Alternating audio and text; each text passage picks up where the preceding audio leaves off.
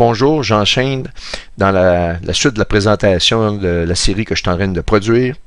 Nous sommes présentement le 30 août au moment d'enregistrer ces lignes. Je vais enchaîner avec les psaumes 19 rapidement. Les psaumes 19 nous racontent que les cieux racontent la gloire de Dieu et l'étendue manifeste l'œuvre de ses mains. Le jour en instruit un autre et la nuit donne la connaissance à une autre nuit. Ce n'est pas un langage, ce ne sont pas des paroles dont le son n'est point entendu. Leur retentissement parcourt toute la terre, leurs accents vont aux extrémités du monde, où il a dressé une tente pour le soleil, et le soleil, semblable à un époux qui sort de sa chambre, s'élance dans la carrière avec la joie d'un héros. Il se lève des extrémités des cieux et achève sa course à l'autre extrémité. Rien ne se dérobe à sa chaleur. Le soleil semblable à un époux, ça c'est une première chose que je veux mettre l'accent, qui n'est pas sans nous rappeler le spectacle qui s'en vient, parce qu'on n'a pas juste... C'est sûr que ce spectacle-là de la levée du soleil se fait tous les jours, sauf que avec les alignements astronomiques que nous avons vus, qui s'approche du 17 septembre prochain, eh bien, ça peut prendre tout son sens parce que c'est l'époux qui vient chercher peut-être son épouse. C'est exactement l'Église de Christ a été appelée l'épouse. Et maintenant, regardez ce que je vais vous montrer là. Quand on nous parle que le son, ce n'est pas un langage, ce ne sont pas des paroles dont le son n'est point entendu, eh bien, même la NASA, il y a plusieurs articles sur les sons qu'ils entendent du cosmos. Et ils vont même jusqu'à dire qu'ils ne comprennent pas qu'il y a actuellement plus de bruit dans l'espace que le nombre d'étoiles pour produire ces sons-là. Mais bref, c'est incroyable que même la science ici confirme les bruits, le son du cosmos qui nous est dit dans les psaumes. Et j'ajoute ici que, bon, vous savez que la NASA, c'est un organisme qui est très mal vu. Beaucoup d'entre nous la voyons très mal et avec raison. Mais vous devez savoir que la NASA, au tout départ, était fondée, il y avait énormément de chrétiens à l'intérieur, et même ils priaient Dieu dans toutes les missions qu'ils préparaient. À un certain moment, évidemment, ils ont été investis, et maintenant, il est totalement interdit de parler de la foi, de parler de Dieu dans la science, etc., etc. Alors, j'amène votre attention là-dessus, c'est que je vois souvent des commentaires de personnes qui vont dénigrer la NASA. J'ai rien à dire contre ça, moi-même, j'ai des choses à dire. Par contre, le lendemain, ils vont mettre un article sur Planet X en mentionnant, voyez-vous, même la NASA le dit. Alors, si on discrédite quelqu'un et le lendemain, on cite cette personne-là, c'est un petit peu difficile face à nous-mêmes de dire qu'on vient de citer une personne qu'on a dénigrée. Alors, évidemment, nous sommes appelés à avoir les dons de l'esprit, dont un qui est le don de discernement. Alors, même nos églises, les églises chrétiennes, sachez qu'elles sont investies par des, probablement, moi je parle pour le Canada, des membres de la GRC. Et souvent, ils vont même viser les postes les plus élevés comme les postes de pasteur. Alors, nos églises, on est investis de partout. Il faut faire preuve de discernement. Puis là, je ne suis pas en train de critiquer les églises. Je vous le dis, on est investis de partout. Les compagnies qui furent jadis des compagnies qui étaient droites, on peut parler de Bell Canada. Lorsque Bell Canada a commencé, c'était dans le but de donner des communications, de développer le pays. Mais avec nos gouvernements qui sont corrompus, ils ont maintenant donné toutes ces autorités-là sous le gouvernement mondial. Mais ils ont été investis à un certain moment, comme le reste, ils sont partout. Alors, c'est un peu ce que je voulais faire comme note. Maintenant, j'enchaîne vraiment avec du matériel très solide. Alors, si vous me le permettez, je vais vous faire des présentations dans les prochains épisodes. Je vais vous en faire le plus que je peux, qui m'est possible de faire. On va traiter des éléments que vous voyez un peu ici. Ça, cette image-là n'a pas été faite par moi. C'est un pasteur aux États-Unis qui a produit cette image-là. Donc, il y a plusieurs éléments qu'on va regarder, comme je l'ai déjà mentionné au tout début, des acteurs ou des éléments astronomiques. Puis, à travers ça, je vais vous donner d'autres notions basées sur des études et des observations que j'ai faites personnellement. Donc, qui semblent confirmer à plusieurs reprises les choses qu'on peut imaginer de ces objets-là et de leur signification. Alors, on va commencer. Je vous ai parlé de la bête du grand dragon à 7 têtes, etc., etc. Je vous ai parlé des 7 têtes que la mythologie grecque, plusieurs disaient que c'était plusieurs têtes ou 7 têtes ou 9 têtes. Je vous ai mentionné que les 9 têtes viennent du fait que, sans trop réfléchir, plusieurs qui ont étudié la mythologie se sont dit, parce que dans la mythologie, quand Hercule coupait une des têtes de l'hydre, eh bien 2 têtes repoussaient, donc ils se sont dit, ben 7 plus 2, ça fait 9, alors qu'on sait très bien que 7, si tu en coupes une, il en reste 6, tu en rajoutes 2, ça monte à 8, mais bref, je vais vous prouver que toute cette mythologie-là vient des Sumériens au départ, et c'est clair que c'est une créature à 7 têtes, donnant encore raison à la parole de Dieu dans les moindres détails. Alors, on y va. Ninurta, ici que vous voyez le nom, c'est un des dieux, l'équivalent de Hercule, qu'on appelle Héraclès en anglais. Hercule, donc, vous savez, il s'est battu, il a fait plusieurs travaux, dont il s'est battu avec l'hydre, qui est un grand dragon aux têtes de serpent, ok, et que je vous dis qu'il est au nombre de 7. Bref, et c'est là que le crabe vient pincer le talon d'Hercule. Alors, tout épuisé, finalement, toute cette mythologie-là épuisée de la mythologie grecque qui faisait référence au dieu Ninurta, qui lui-même est le fils de Enlil. Et Enlil, si on regarde, il est le dieu des puissances de l'air. Et la parole, encore une fois, nous dit exactement ce qu'il en est. Dans Éphésiens 2, vous étiez morts par vos offenses et par vos péchés, dans lesquels vous marchiez autrefois, selon le train de ce monde, selon le prince de la puissance de l'air. Ce que c'est en train de vous dire ici, si vous êtes né de chair, vous êtes un homme ou une femme, mais je veux dire, je vais prendre le terme homme, vous êtes un humain, donc je vais dire l'homme. L'homme créé au 6e jour, donc la numérologie sur l'homme est de 6. Si vous êtes né selon un homme et seulement de chair, même si vous pensez très bon, même si vous faites des bonnes œuvres, malheureusement pour vous, vous êtes disqualifié auprès du Père parce que vous n'avez pas le Fils. Et à ce moment-là, vous marchez selon le prince de la puissance de l'air, même si vous ne vous en apercevez pas. Et le prince de l'air, eh bien, c'est Enlil, qui est ni plus ni moins que le grand dragon et le serpent ancien, qui est Satan. Donc, selon le prince de la puissance de l'air, de l'esprit qui agit maintenant dans les fils de la rébellion. OK? Alors, je reprends ici.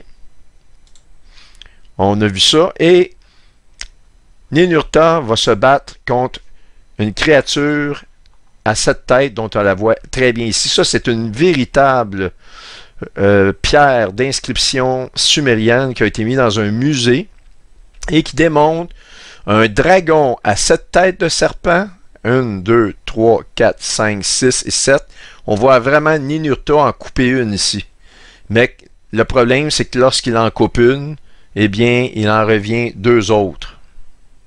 Encore une fois, la parole se confirme, pas juste dans le chapitre 12, dans lequel on nous dit que le grand dragon rouge a 7 têtes, 7 têtes et 10 cornes. Eh bien, on nous confirme la bête venant de la mer dans le chapitre 13.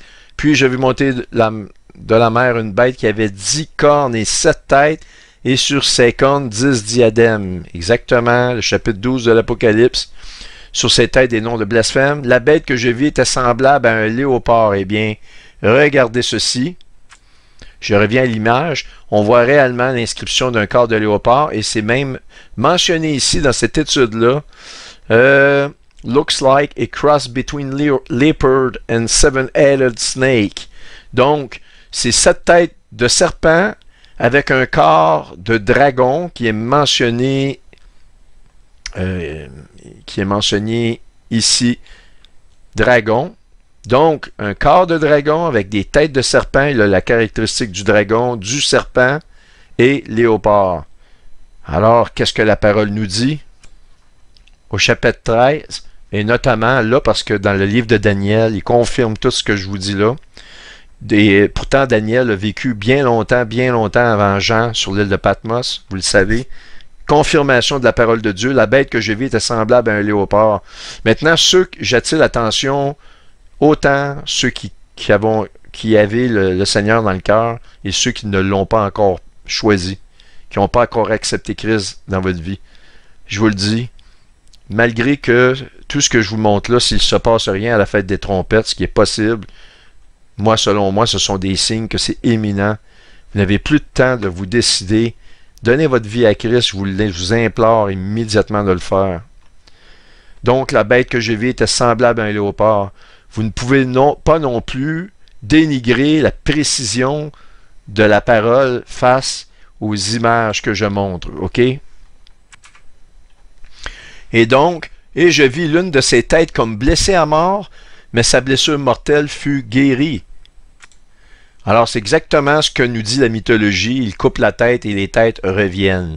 Alors, même cet analyste-là qui a écrit cet article-là ici, nous dit que ce n'est pas sans nous rappeler la mythologie qui serait l'origine, si vous voulez, de la version grecque de l'hydre. Et il parle aussi du livre de l'Apocalypse. OK? Donc, il y a beaucoup d'exégètes qui ont fait cette relation-là entre l'origine totale qui est des Sumériens et qui a influencé la mythologie grecque. Et donc, la parole, quand je vous dis qu'elle nous parle de la mythologie grecque et que je ne peux pas ne pas l'avoir étudiée, eh bien, vous en avez une preuve en plein visage, exactement là. Et c'est pour ça que c'est important de comprendre. Ça m'a permis de remonter et de comprendre que lorsque la Bible nous dit le prince de la puissance de l'air, écoutez, ceux qui sont sceptiques ne peuvent plus l'être. Puis ça nous dit que Enlil est l'origine d'une divinité liée au vent. Puis si vous regardez en anglais, c'est pour la puissance de l'air qu'on nous dit. OK? Ici, un autre article écrit en 2020. Qui nous parle que même en Europe, plusieurs cultures sont imprégnées, plusieurs civilisations sont imprégnées d'un dragon à 7 têtes. Ça ne vient pas ça vient pas de nulle part. Ça, c'est ici, c'est une pierre d'effigie sumérienne dans laquelle on voit encore le dragon à 7 têtes. Et donc, je vais vous montrer d'autres images. Voyez-vous ici, ça, rapidement, là, dans le chapitre 12 de l'Apocalypse, que vous avez vu, qu'on nous confirme que le grand dragon, ayant 7 têtes d'icônes, et sur ses têtes 7 diadèmes, eh bien, on voit ici que il fut précipité le grand dragon, le serpent ancien appelé le diable Satan. Alors, il a deux caractéristiques de dragon et de serpent. Ça, c'est confirmé. Alors ici, on voit des images. Voyez-vous ici, celle que je vous ai montrée avec la tête qui est coupée. On voit plusieurs images de ce dragon à 7 têtes. Ici, ça, voyez-vous, c'est un article écrit du Shanghai Daily. Donc, vous voyez ici des images qui nous apparaissent. Ici, une pierre sumérienne, ça, je l'ai déjà montré. Et dans le classique de la mythologie grecque, eh bien, lorsque Hercule est l'équivalent de Ninurta, et Hercule, il est le fils de Zeus. Donc, Zeus est l'équivalent Zeus dans la mythologie, si vous voulez, grecque, est l'équivalent du dieu Enlil, qui est la divinité du vent, et Ninurta est l'équivalent d'Hercule, celui qui va faire les travaux. Donc, c'est Ninurta qui se bat contre le serpent, le dragon à 7 têtes de serpent. Et dans la mythologie grecque, c'est Hercule qui va se battre contre l'hydre. Et l'hydre est aidé par un grand crabe qui, lui, vient pincer le talon d'Hercule. Et je vous reviens encore à Genèse, chapitre 3, verset 15, où il nous est dit « Je mettrai l'inimitié entre toi et la femme, entre ta postérité et sa postérité, celle-ci t'écrasera la tête et tu lui blesseras le talon. » Alors donc, comme on a vu, l'inimitié, c'est qui va la briser? C'est le Seigneur. Je vais vous donner la preuve absolue si vous avez un doute. Et il est représenté, il se fait appeler l'étoile brillante du matin. Et l'étoile brillante du matin, c'est Vénus. Et on voit exactement Vénus qui va se situer me reculer un peu, exactement dans la pince du crabe, et ça, je vous ai tout montré ça, tout est confirmé. Alors, écoutez la suite. Alors, je vous ai préparé quelque chose d'extraordinaire. Il y a un auditeur qui a laissé un message, et puis, effectivement, j'avais remarqué ce fait-là, mais je remercie de son message parce que ça m'a poussé à investiguer un peu plus loin. Puis je pouvais pas passer à côté de... C'était pas prévu dans la présentation. D'ailleurs, il y a plusieurs éléments qui n'étaient pas prévus dans la présentation, mais là, je dois absolument rentrer là-dedans. Il dit qu'il fait remarquer que le progrès Grand Signe astronomique qui s'est fait le 23 septembre 2017, eh bien, est l'inversion du 17 septembre 2023. Et vous le voyez ici très très clairement. Nous avons un 09 qui est central, qui est le mois de septembre, le chiffre 17, un qui est l'année, l'autre qui est le jour, et le Seigneur nous dit qu'une année est comme un jour, donc c'est un équivalent, et on a le même chiffre qui revient, qui est le 23. Donc ici 23, une fois, 23 deux fois, l'addition des deux nous fait 46. Mais avant d'aller plus loin, regardons ce qui suit. J'ai rentré les dates des couchers de soleil pour la fête des trompettes qui se terminait le 22 septembre 2017, on le voit ici, et j'ai fait le même exercice pour la terminaison de la fête des trompettes cette année, le 17 septembre. Et voici les résultats. 18h36, ça c'est en passant localisé à Jérusalem en Israël. OK? 18h36 qui nous donne 3 fois 6 ici, heure, avec une série de 6 chiffres, 6. Donc, j'ai mis le dernier en rouge ici. Donc, 6, 6, 6, 6, 6, 6. Et l'autre ici, eh bien, ça nous donne 3, 6 avec 6 séries de chiffres 6, suivi d'un dernier de 7, pour un total de 43. Et ça, c'est un fait remarquable. Alors, non seulement on a un premier 23 suivi d'un deuxième, ce qui fait une addition de 46, mais en plus, on a le chiffre 6 qui vient se faire chapeauter par un chiffre 7. Ici, dans le chapitre 4 de l'Apocalypse, on nous dit qu'une porte s'est ouverte dans le ciel. La première voix que j'avais entendue, comme le son d'une trompette, alors vous savez qu'on nous dit qu'à la son d'une trompette, de la trompette de Dieu, on va être enlevé. Bon, et qui me parlait et dit, monte ici justement, et je te ferai voir ce qui doit arriver dans la suite. Ça ici, le chapitre 4 de l'Apocalypse, c'est une image astronomique d'un coucher de soleil qui correspond au moment de l'enlèvement. Alors, vous savez, il y a plusieurs couchers de soleil. Je vais vous faire de la démonstration que c'est un coucher de soleil vu d'Israël. Et ce coucher de soleil-là, ben, il faut déterminer l'année et les indications astronomiques de ce qui vient en septembre pourraient être grandement à ce moment-là. Il manque encore 1 ou 2 acteurs, mais nous allons savoir très très rapidement si ces choses-là vont se produire. Tout semble se confirmer, c'est ce que je peux vous dire pour l'instant. Alors, on nous dit aussi, tôt, je fus ravi en esprit. C'est bien parce que ça dit, la Bible nous parle de l'enlèvement comme étant la bienheureuse expérience, ok? Et voici, il y avait un trône dans le ciel, et sur ce trône, quelqu'un était assis. On va essayer de savoir qui est assis sur le trône ici, au niveau astronomique. On va voir si ça confirme encore ce qu'on pense de ce qui vient en septembre. Le trône, je vous ai déjà mentionné que c'était le soleil. Et donc, celui qui est assis avait l'aspect d'une pierre de jaspis et de sardoine, et le trône est environné d'un arc-en-ciel semblable à de l'émeraude. Alors ici, pour l'ADN, on parle que nous avons 2 brins d'ADN de chacun 23 paires pour un total de 46 chromosomes. C'est incroyable. Donc, 2 paires de 23 chromosomes ADN, c'est-à-dire, fait que 23 fois 2, ça fait 46, ok? Ça, c'est comme ça que le corps humain est fait.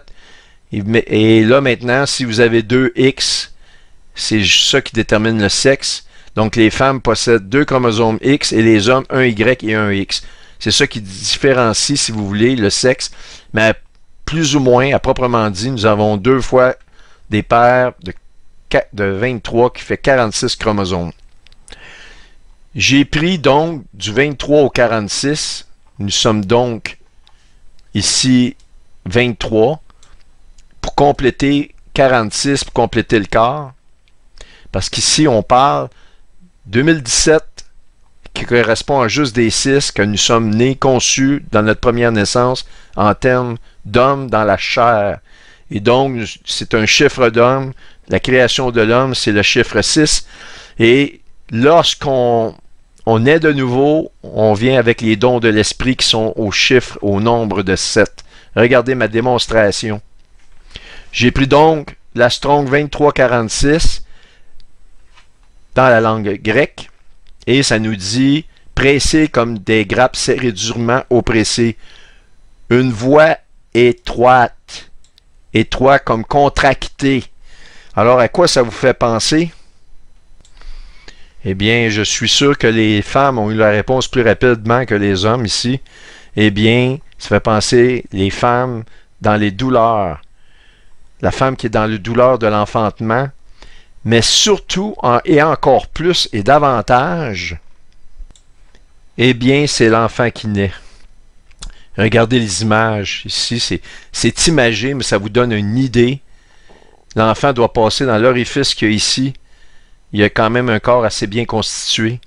Alors, réellement, je peux vous dire une chose, nous avons ici une correspondance parfaite de la naissance de l'enfant, ici, qui est la naissance charnelle d'un enfant qui passe à travers le ventre d'une mère dans la Strong 2346. C'est incroyable, incroyable. Une voix étroite. Alors, on va regarder maintenant la même correspondance, mais en langue hébreu. C'est Shoma, qui veut dire un mur. Vous voyez ici vous-même, un mur. Alors, regardez ce que je vous montre maintenant. N'est-il pas totalement incroyable que dans Éphésiens 2, au chapitre qu'on nous parle que le monde qui marche dans la chair, simplement, marche selon les princes des puissances de l'air, qui est l'identité d'Enlil, qui lui-même amène la bête de l'Apocalypse, ce grand dragon et serpent ancien, et que dans le même verset, on nous dit que c'est Christ qui nous a ressuscité, donc une seconde naissance. Alors, la première naissance en 2017, la seconde cette année, point d'interrogation. Il nous a ressuscités ensemble, il nous a fait asseoir ensemble dans les lieux célestes en Jésus-Christ. Dans les lieux célestes, ça a plusieurs connotations, dont une qui semble être le spectacle astronomique du chapitre 12 de l'Apocalypse, qui est peut-être à se réaliser bientôt. Alors, il nous parle des lieux célestes.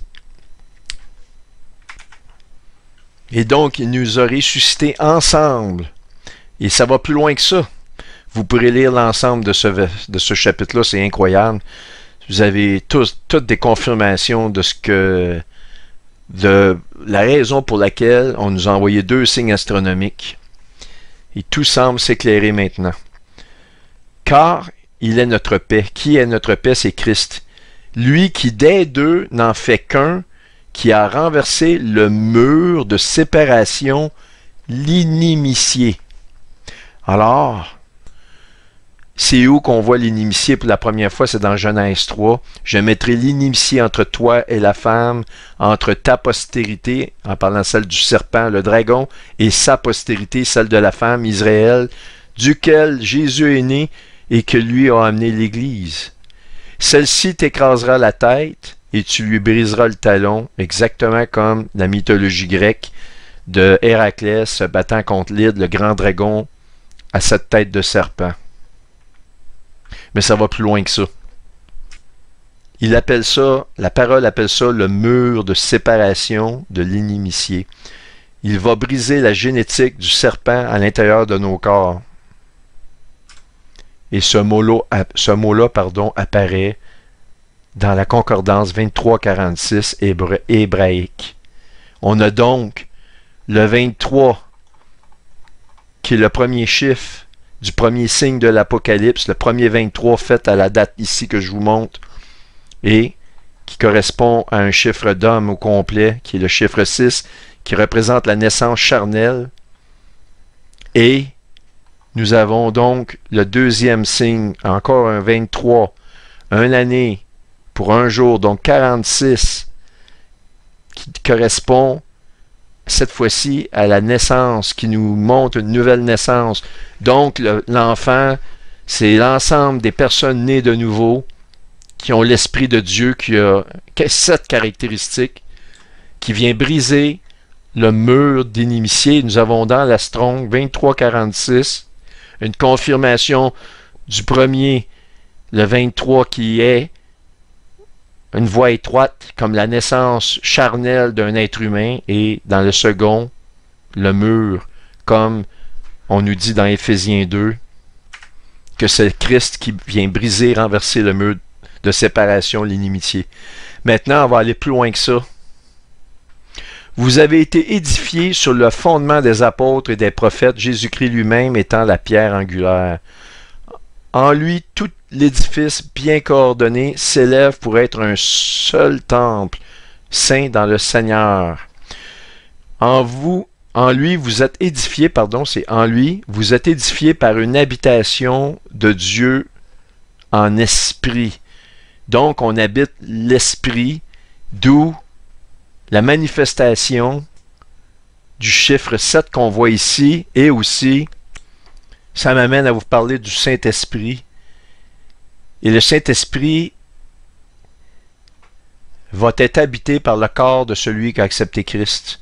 Et le Saint-Esprit a 7 fruits, dont je vous mentionne rapidement ici: la sagesse, l'intelligence, le conseil, la force, l'esprit de connaissance, la crainte de Dieu ou la crainte de l'Éternel. Et ici, c'est le discernement. 7 ministères au Saint-Esprit. Et donc, c'est une confirmation lorsqu'on voit le chiffre 7 qui correspond à la seconde naissance et qui correspond à l'amener du Saint-Esprit dans le corps, confirmé dans les Écritures ailleurs, notamment dans Corinthiens. Là, c'est pour ceux qui sont sauvés. Ne savez-vous pas que votre corps est le temple du Saint-Esprit qui est en vous, que vous avez reçu de Dieu et que vous ne vous appartenez point à vous-même? On nous confirme que le corps est maintenant rendu le temple du Saint-Esprit. Et ce qui est le plus fou ici, c'est qu'au verset 18, on est dit: fuyez l'impudicité. Chaque autre péché qu'un homme commette, ce péché est hors du corps, mais celui qui se livre à l'impudicité pêche contre son propre corps. On nous parle du corps charnel de l'homme qui pêche ici. Alors on a 1 Corinthiens 6, un 6 avec 3 fois 6, 18. Et dans 19, on a 1, 6. On a 2 fois 6 pour 12, plus un 7 qui se rajoute pour faire 19. Bref, c'est des choses numériques, mais je me pose des questions si c'est un hasard, parce que tout semble cohérent ici. Maintenant, on va revenir au chapitre 4 de l'Apocalypse, qui est une image astronomique d'un coucher de soleil, qui représente un coucher de soleil au moment de l'enlèvement. Et donc, ça c'est extraordinaire, cette partie-là. Et je vais vous montrer un document que j'avais produit il y a déjà longtemps. Ici, on le voit dans le chapitre 4. Ça, c'est des documents qui ont été faits en 2015. Et en 2015, déjà, j'avais remarqué le fameux flash que je vous ai montré hier, d'est en ouest. Et d'ailleurs, je le mentionne, car comme l'éclair part de l'Orient, l'Est, et se monte en Occident à l'Ouest. Alors déjà en 2015, et vous voyez, je vous remonte ces notions-là à la lumière. Je ne veux pas faire de jeu de mots, la lumière, à cause de l'éclairage du soleil ici, là, mais à la lumière de ce que je vous ai montré, des signes potentiels du chapitre 12 en septembre, eh bien, cette démonstration-là a encore plus de sens qu'elle avait avant. Alors, je vais vous parler d'un phénomène qui s'appelle le rayon vert, Et on va retourner ici en bas. Alors, le rayon vert. Premièrement, je vous ai montré rapidement le soleil, le trône, la pierre de Japs, pierre de Sardoine. Et on nous dit, j'ai vu un autre ange puissant qui descendait du ciel, enveloppé d'une nuée. Au-dessus de sa tête était l'arc-en-ciel, et son visage était comme le soleil.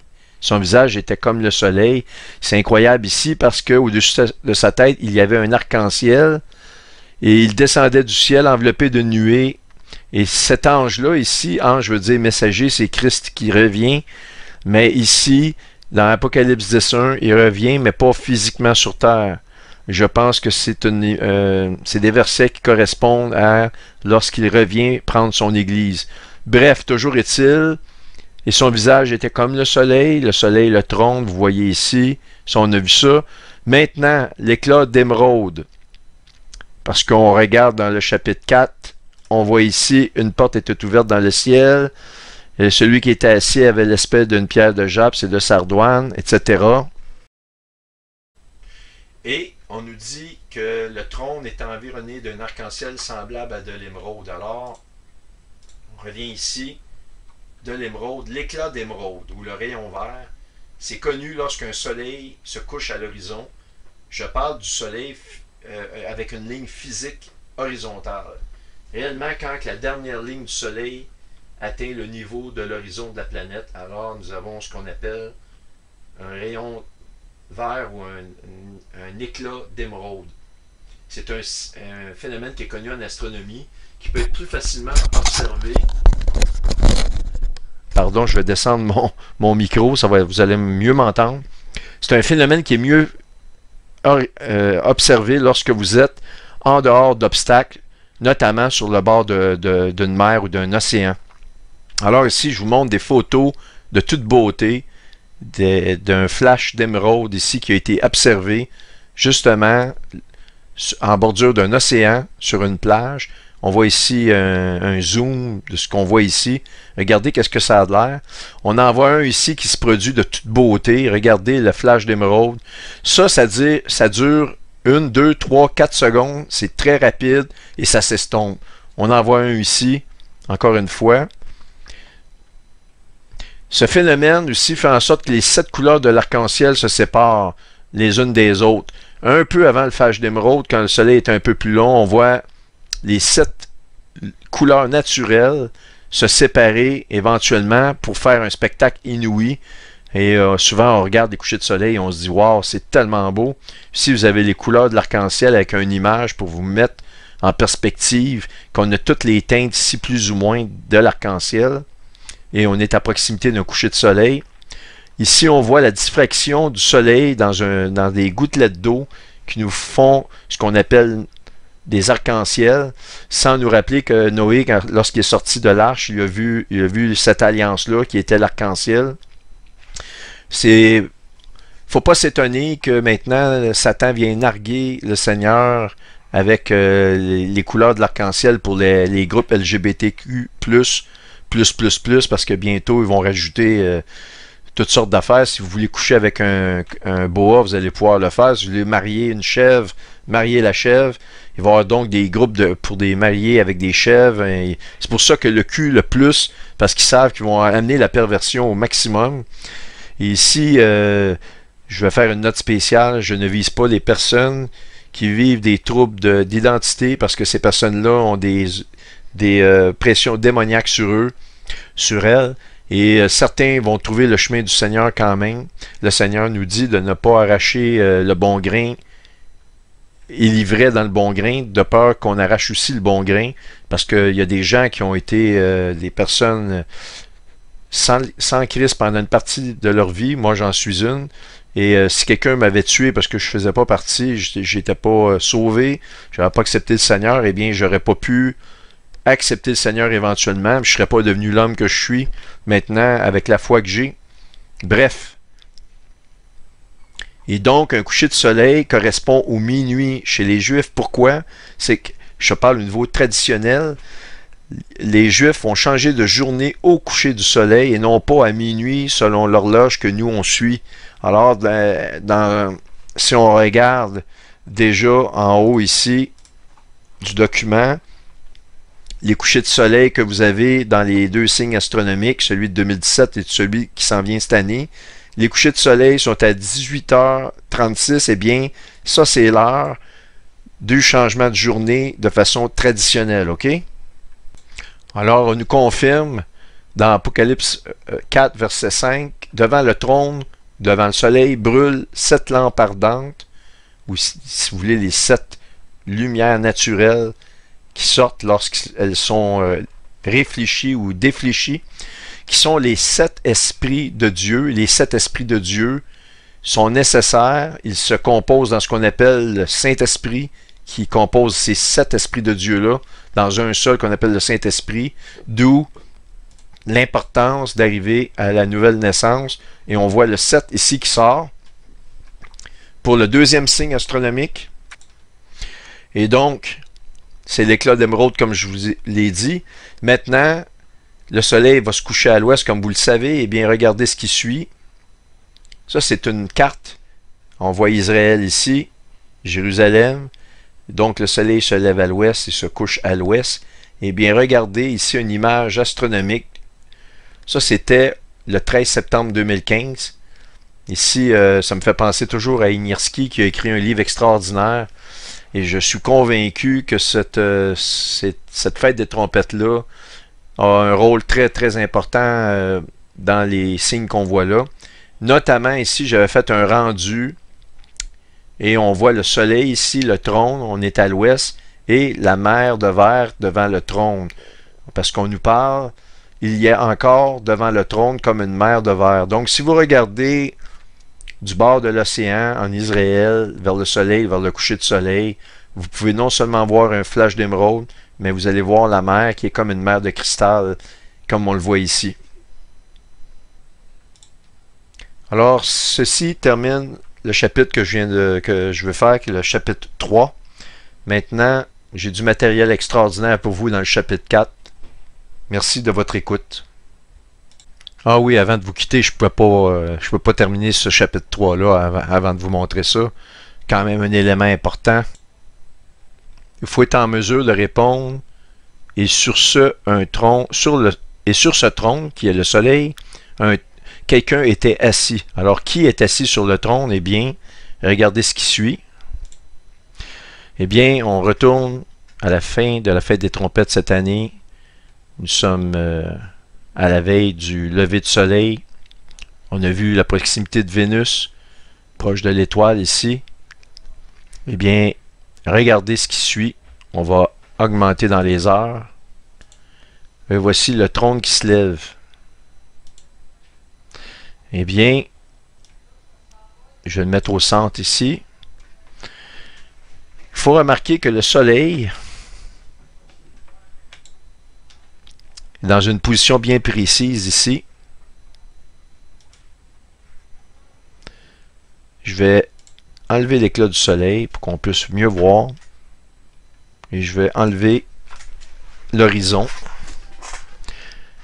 Alors, le soleil ici est positionné à un certain endroit très précis. Il enveloppe la femme de son éclat. Se situe au niveau de sa tête. Bien, si on va un mois plus tard, eh bien, le soleil se retrouve dans le ventre de la Vierge. OK?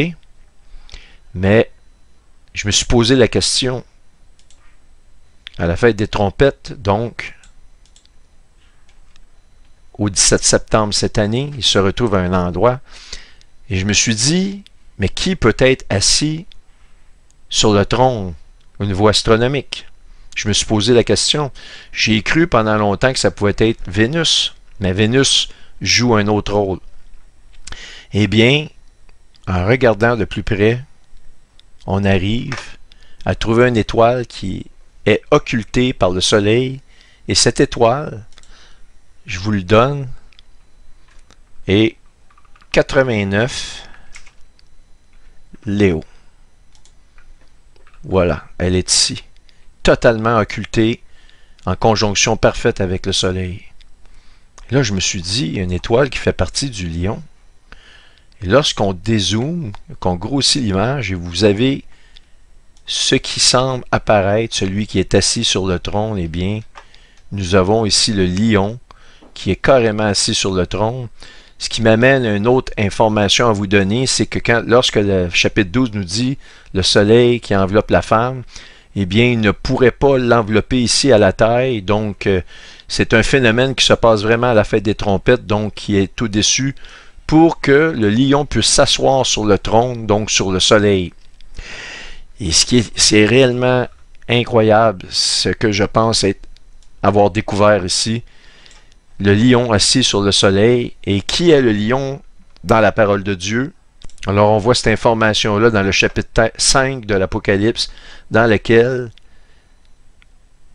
les gens, les anciens se regardent puis ils pleurent parce qu'il n'y a personne qui peut appliquer un jugement de la planète. Et je vis un ange puissant qui cria d'une voix forte, « Qui est digne d'ouvrir le livre et d'en rompre les sceaux? » Et personne dans le ciel, ni sur la terre, ni sous la terre ne put ouvrir le livre, ni le regarder. Et je pleurai beaucoup de ce que personne ne fut trouvé digne d'ouvrir le livre, ni de le regarder. Et l'un des vieillards me dit, « Ne pleure point, voici le lion de la tribu de Juda, le rejeton de David, celui que les Juifs ont refusé, ont rejeté, ont crucifié, a vaincu pour ouvrir le livre et ses 7 sceaux. » Incroyable parce que l'Esprit de Dieu est de 7 et les jugements arrivent par groupe de 7 ici.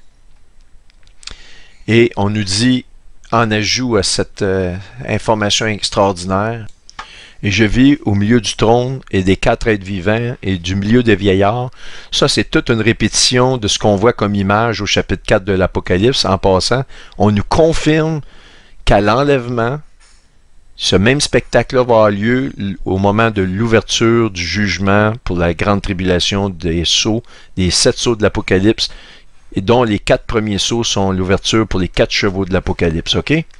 Donc, un agneau qui était là comme immolé. Alors, quand on parle de immolé, on parle de quelqu'un qui peut se retrouver dans le soleil, brûlé, immolé par le soleil. OK? Il avait 7 cornes et 7 yeux, qui sont les 7 esprits de Dieu envoyés par toute la terre. Donc, les 7 esprits de Dieu, c'est le Saint-Esprit envoyé par toute la terre. Je vais vous dire une chose, là. Ça me touche énormément de vous montrer ces choses-là. Alors, quoi dire de plus que gloire à Dieu? Dans sa toute sagesse, il nous a montré, dans ses constellations, tout est écrit, rendant les psaumes 19 véritables et véridiques, parce qu'il dit qu'un jour en instruit un autre et qu'une nuit en amène un autre. Et tous ces signes-là se sont déferlés devant nous et maintenant prennent tout un sens parce que c'est comme une image astronomique qui se produit à tous les jours. Mais à un moment donné, c'est comme si Dieu écrivait un tableau ou faisait une peinture et la peinture n'est pas complétée tant que le dernier coup de pinceau n'a pas été donné. Et là, les objets célestes, les objets ou les acteurs se présentent vraiment pour nous offrir un spectacle grandiose. Je vais répéter encore pour terminer que on ne peut pas avoir l'assurance que ce qui vient est le chapitre 12 de l'Apocalypse. Il va falloir malheureusement attendre, mais l'attente ne sera pas très longue. Pour ma part, tout est conforme.